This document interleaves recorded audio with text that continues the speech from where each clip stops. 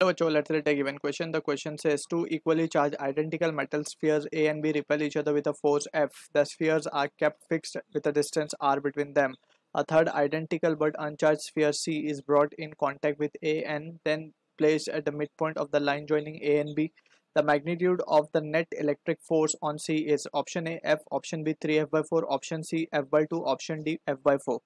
So basically we know the concept of Coulomb's law, that is we can say जब भी कोई दो charge किसी फिक्स सेपरेशन पे रखे होते हैं so it the experience of force या तो फोर्स एट्रैक्टिव हो सकती है या फिर repulsive and in magnitude that force is equals to K Q1 Q2 upon R square if R is the distance between the two charge, right.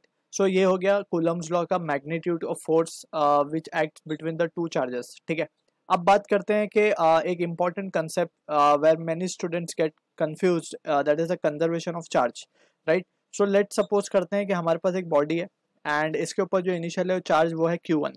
ठीक है, and we bring another body, उसके ऊपर let's say initial charge है Q2 and we connect this two bodies by a conducting wire. ठीक है, अब क्या होगा कि लेट सपोज इसका पोटेंशियल हम मान लेते हैं V1, इसका पोटेंशियल हम मान लेते हैं V2.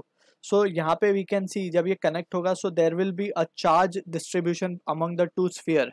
और चार्ज डिस्ट्रीब्यूशन जब तक होगा जब तक इन दोनों का पोटेंशियल क्या हो जाए, सेम हो जाए, राइट. अब अगर वी कैन सी अगर हम बात करें पोटेंशियल की, तो पोटेंशियल का फॉर्मूला लिखा जा सकता है KQ by R square, right. If R हम मान लें इसका रेडियस R1 स्क्वायर है एंड इसका रेडियस हम मान लें R2 स्क्वायर है. सो अगर दोनों स्फीयर सिमिलर है सो R1 R2 भी कैंसिल हो जाएंगे, KK भी cancel, so Q1 comes out to be Q2. So this is the condition, identical condition. Sphere अगर आइडेंटिकल है ऑल्दो उनके ऊपर चार्ज और पोटेंशियल अलग अलग है, लेकिन जब कनेक्टेड हो जाएंगे तो जब तक चार्ज डिस्ट्रीब्यूशन चलता रहेगा जब तक उन दोनों के पोटेंशियल क्या हो जाते हैं, सेम नहीं हो जाते. ठीक है, सो इन दैट सिचुएशन और अगर spheres are similar so in that scenario हम कहेंगे दोनों के ऊपर जो फाइनल चार्ज डेवलप हो गया वो होगा same, that is Q1 will be equals to Q2 and ये होंगे फाइनल चार्जेस, राइट. सो इसको हम बेसिकली हम नाम से देना चाहिए Q1 dash equals to Q2 dash. ठीक है, so initially this was the condition, we can say these are the final charges, इसको नाम दे देते हैं Q1 F final, Q2 F final. ठीक है, तो दोनों ही क्या हो जाएंगे, सेम हो जाएंगे एंड यहाँ पे भी हम इसे फाइनल लगा देते हैं, right, to avoid any confusion के ये फाइनल वाली सिचुएशन है. अब यहाँ से वी कैन से इनिशियली जो भी चार्ज था that is the sum of charge that is Q1 plus Q2 that should be equals to Q1 F plus Q2 F. So this is what the conservation of charge is stating. ठीक है, अब इसी को use करते हुए we will try to analyse the given question. अब हमसे बोला जा रहा है कि दो चार्जेस दो आइडेंटिकल स्फीयर्स है A and B. So A और B हम मान लेते हैं दोनों का सेपरेशन हमें गिवन है R, इन दोनों के बीच में फोर्स लग रही है F. So we can write in that situation force can be given by the formula K. इसके ऊपर अगर हमने चार्ज मान लिया Q है और आइडेंटिकल बोला गया दोनों के ऊपर charges identical metal sphere repel each other with two equally charged means Q मान लेता है. So 2 KQ square by R square will be the force. So this will be the equation 1 for us. अब हमसे बोला जा रहा है कि हमने the spheres are kept fixed distance, ये हो गया. The third identical but uncharged, third identical but uncharged sphere C is brought in contact with A. अब A के साथ हमने एक स्फीयर C जो आइडेंटिकल है उसको लेकर आके कांटेक्ट में लगा दिया, कांटेक्ट में लगा दिया, let's say it is through wire या फिर हम इसे स्टिक करके भी रख सकते हैं.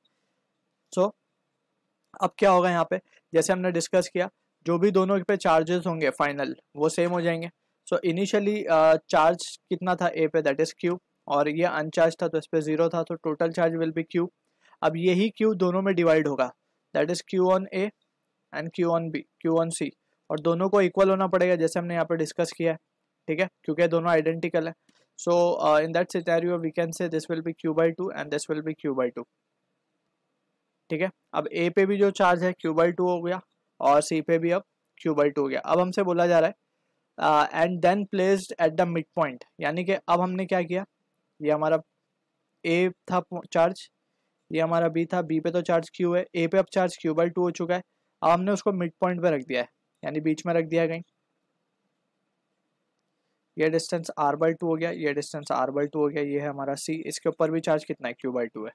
ठीक है, अब हमसे पूछा जा रहा है कि the magnitude of net electric force on C. अब फोर्स ऑन C हमसे वी हैव टू फाइंड, हमने पॉजिटिव चार्ज लेके चले हैं शुरू से, ठीक है ना, नेगेटिव भी लेके चल सकते थे but we have taken the positive charge Q Q. So net electric field at point C या फिर charge sphere C. So sphere C को अगर हम यहाँ कंसिडर करें एज अ पॉइंट मास या point charge, so due to B इसके ऊपर एक फोर्स लग रही होगी इस तरफ, फोर्स ड्यू टू बी, और ड्यू टू ए एक फोर्स लग रही होगी इस तरफ, दैट इज रिपल्सिव फोर्स है बेसिकली. सो नाउ यहाँ पे हम क्या लगा सकते हैं, बाय सुपर पोजिशन प्रिंसिपल हम क्या लिख सकते हैं, F net force on C will be equals to F A bar plus F B bar, right. और हम नेगेटिव डायरेक्शन के एक्स एक्सेस को हम नेगेटिव आई कैप मान लेंगे unit vector, and along right side it will be positive I cap, right. So ये unit vector हम consider कर लेंगे. सो एफ ए की बात हम करें, सो एफ ए को हम क्या लिख सकते हैं, force between Q by two. सो ये आ जाएगा रिजल्ट हमारे पास K Q square by 4 into R by 2 का square, that is R square only, and it will be in positive I cap minus F B की हम बात करें, so F B force due to F B that will be 2k Q square by R square. हम यहाँ पे हम देख सकते हैं कि जो चार्ज का प्रोडक्ट होगा सी एंड बी का वो होगा क्यू स्क्वायर बाई 2.